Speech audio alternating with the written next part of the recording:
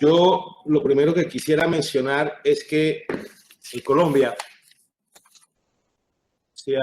después de la Constitución de 1991, si las cuentas están bien, y posiblemente puede que no estén, pero no, el margen no va a ser tan amplio, se han expedido 15 emergencias económicas después de la Constitución de 1991. Y la mayoría de esas emergencias económicas han sido declaradas exequibles por la Corte Constitucional. Todas ellas han sido sobre temas muy puntuales, sobre los cuales han actuado las medidas necesarias, adecuadas para superar la emergencia, pero muy puntuales. Recordémosla. Por ejemplo, la emergencia de 1992, que superó el problema de la bajada de los niveles de embalse, lo que se llamó el fenómeno del Niño que originó el apagón. Se superó. En 1994, la emergencia que solucionó el sismo que afectó los departamentos del Cauca y del Huila, y se superó. Luego la emergencia, por ejemplo, la del terremoto del Quindío, sucedió y se superó. Luego una emergencia, por ejemplo, la del fenómeno climático de la Niña en el año 2010, se despidieron las medidas, sucedió y se superó. Luego vino la del 2015 con relación al fenómeno migratorio de venezolanos hacia Colombia, se atendió y se superó. Con esto quiero decir que hay emergencias económicas cuyas medidas actúan y superan las circunstancias y las razones por las cuales se acude a ese método excepcional. Pero resulta que la emergencia que hoy todavía nos afecta, pero en especial la que tuvo origen en el decreto 417 del 17 de marzo del 2020, se inició con 75 contagiados. Y hoy estamos en 54.931. A contrario de las otras emergencias, aquí tenemos unos hechos de trato sucesivo que, por el contrario, en vez de parar, se han incrementado. Y eso no lo podemos olvidar. Pero a diferencia de las otras emergencias, esta que es de trato sucesivo y que no ha parado, ha tenido 6 confinamientos y confinamiento casi absolutamente todo. Y cuando hay un confinamiento, se afecta absolutamente todo, y perdónenme la redundancia. Y ahorita conversamos sobre eso. Y durante esta emergencia, también hemos tenido una emergencia sanitaria. Tenemos una circunstancia adicional que contribuye a que las situaciones no sean tan fáciles de solucionar, que es la emergencia sanitaria. ¿Por qué digo todo eso? Porque no es solamente expedir una emergencia e imaginarse que los decretos que se expiden como consecuencia de ello solamente atienden la emergencia per se. No. Los decretos que se expiden, por lo menos en esta emergencia, no solamente son para tratar de solucionar las causas que dieron origen a la emergencia, sino que además hay que atender permanentemente las situaciones que se van originando todos los días como consecuencia de la emergencia, en especial las que surgen del confinamiento. Como consecuencia del confinamiento se afectó y se afecta absolutamente todo. Luego, entonces, si hay afectación, por ejemplo, sobre el sistema de transporte, no vamos a encontrar medidas relacionadas con el transporte. Si hay afectación con relación al funcionamiento de la administración pública y a la contratación estatal, habrá medidas relacionadas con la contratación estatal. Y así sucesivamente. Todo eso ha originado lo que a algunos le puede sorprender que sean tantos decretos o inclusive tantas resoluciones y tantas circulares. Pero ojo, es que arrancamos con 75 contagiados, estamos en 54.000, pero además hemos tenido 6 confinamientos. Todo ello genera o ha tenido que generar una respuesta por parte del Estado. Y esa respuesta, ¿en qué términos se tiene que dar?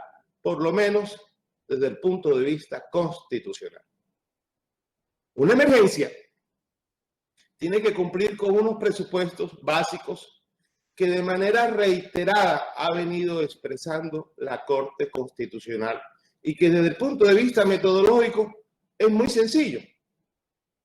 Primero, unos presupuestos fácticos, es decir, una descripción de hechos extraordinarios, diferentes, novedosos, que son los que dan origen a un presupuesto valorativo que con relación a esos hechos aconseja, sugiere una serie de medidas que desde el punto de vista legislativo, las que existen, no pueden ser usadas para poder atender esos hechos sobrevinientes, sorpresivos y muchas veces incontrolables. Hasta ahora hay muchos hechos que están muy relacionados con esta emergencia que no son todavía controlables.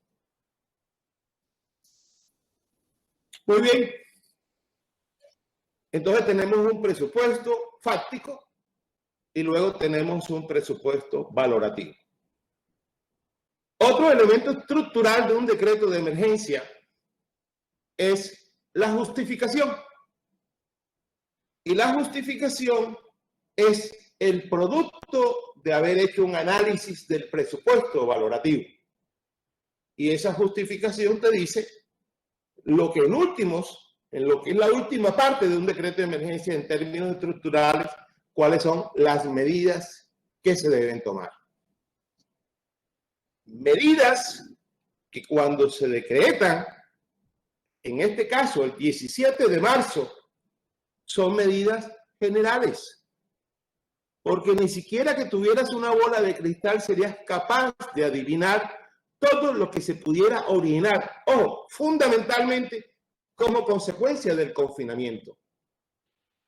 Y la consecuencia del confinamiento es que todos los días te decía que debías hacer algo. Muy bien.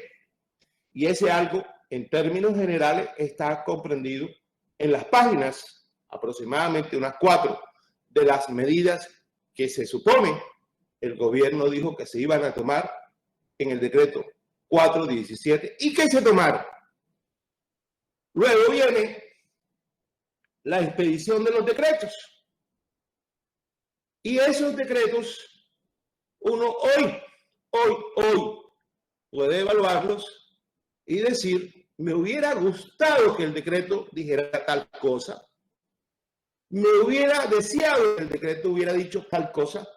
Es decir, sobre cada uno de los decretos nosotros podemos tener una opinión con relación a lo que debió decir. Ahora veamos qué es lo que nos dice la Constitución con relación a esos decretos o a esas medidas. La Constitución no nos dice que vamos a evaluar o a examinar las medidas como nosotros hubiéramos querido que se tomaran. No, señor. Nosotros hubiéramos querido que tuvieran una cobertura. No, señor. La Constitución lo que nos dice es que esos decretos, independientemente de que a mí me gusten o no me gusten, los decretos tienen que ser convenientes y oportunos. Ojo, esas son las dos palabras clave. Convenientes y oportunos. Muy bien, convenientes con relación a qué, no con relación a mi gusto, no con relación a lo que a mí me hubiera gustado, convenientes con relación a las medidas que se dijeron en el decreto de emergencia que se iban a tomar.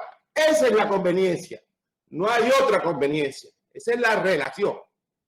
Y oportunos es que se tomaron en el tiempo que era necesario. Es decir, dentro del término de la emergencia, en primer lugar, y en segundo lugar, frente al hecho de que iban ocurriendo necesidades que exigían que se expidiera esa medida.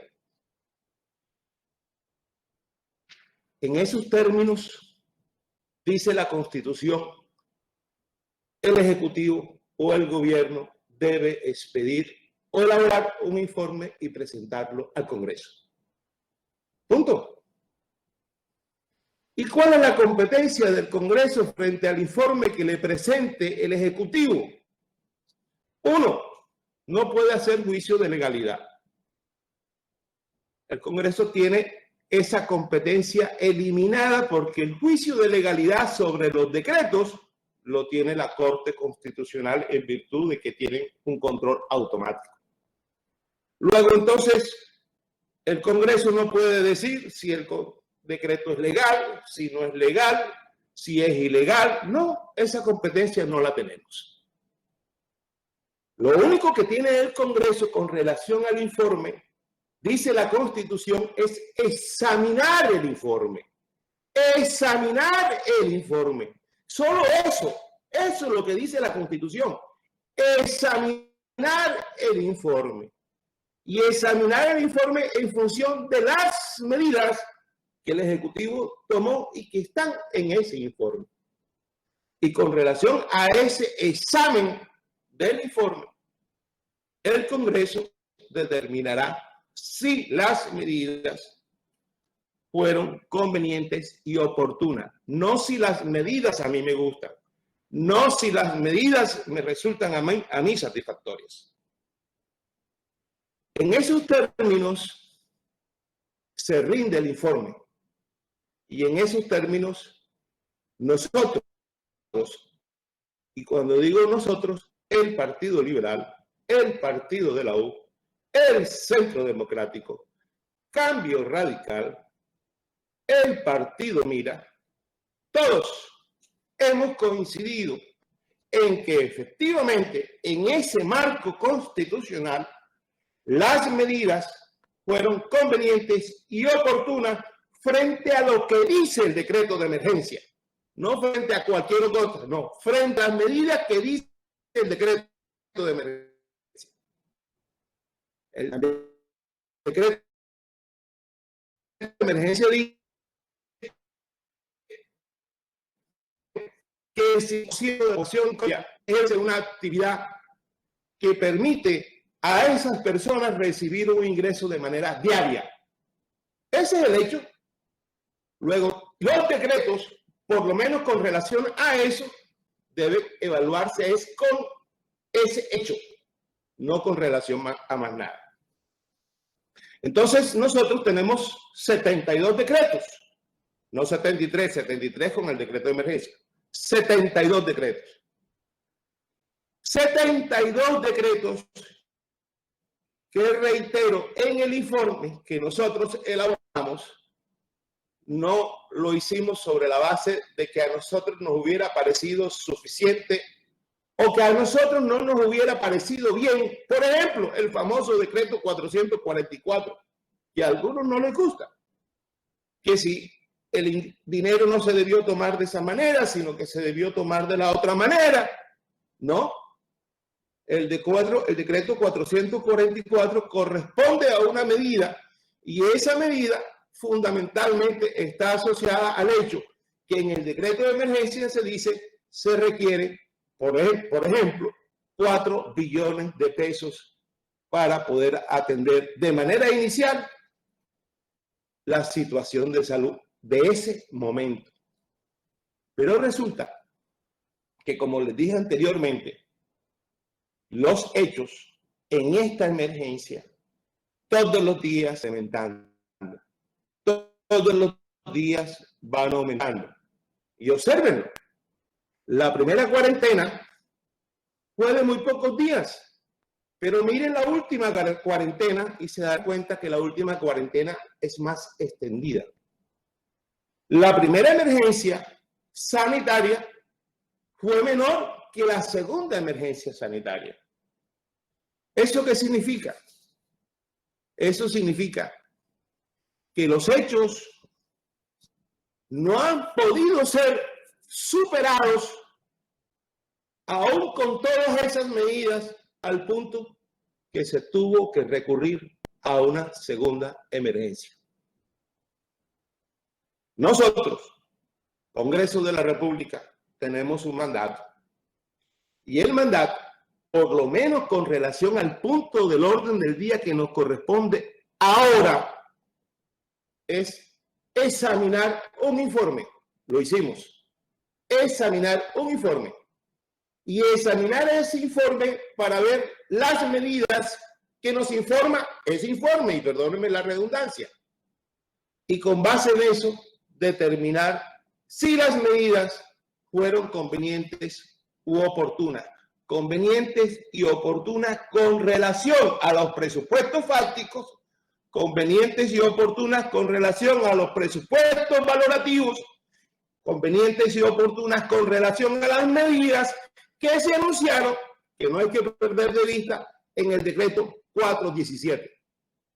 Luego, para yo decir que no estoy de acuerdo con un decreto determinado y que en consecuencia creo que las medidas que están allí no son convenientes y oportunas, yo tengo que demostrar que las medidas que se anunciaron en el decreto 417 no lo son.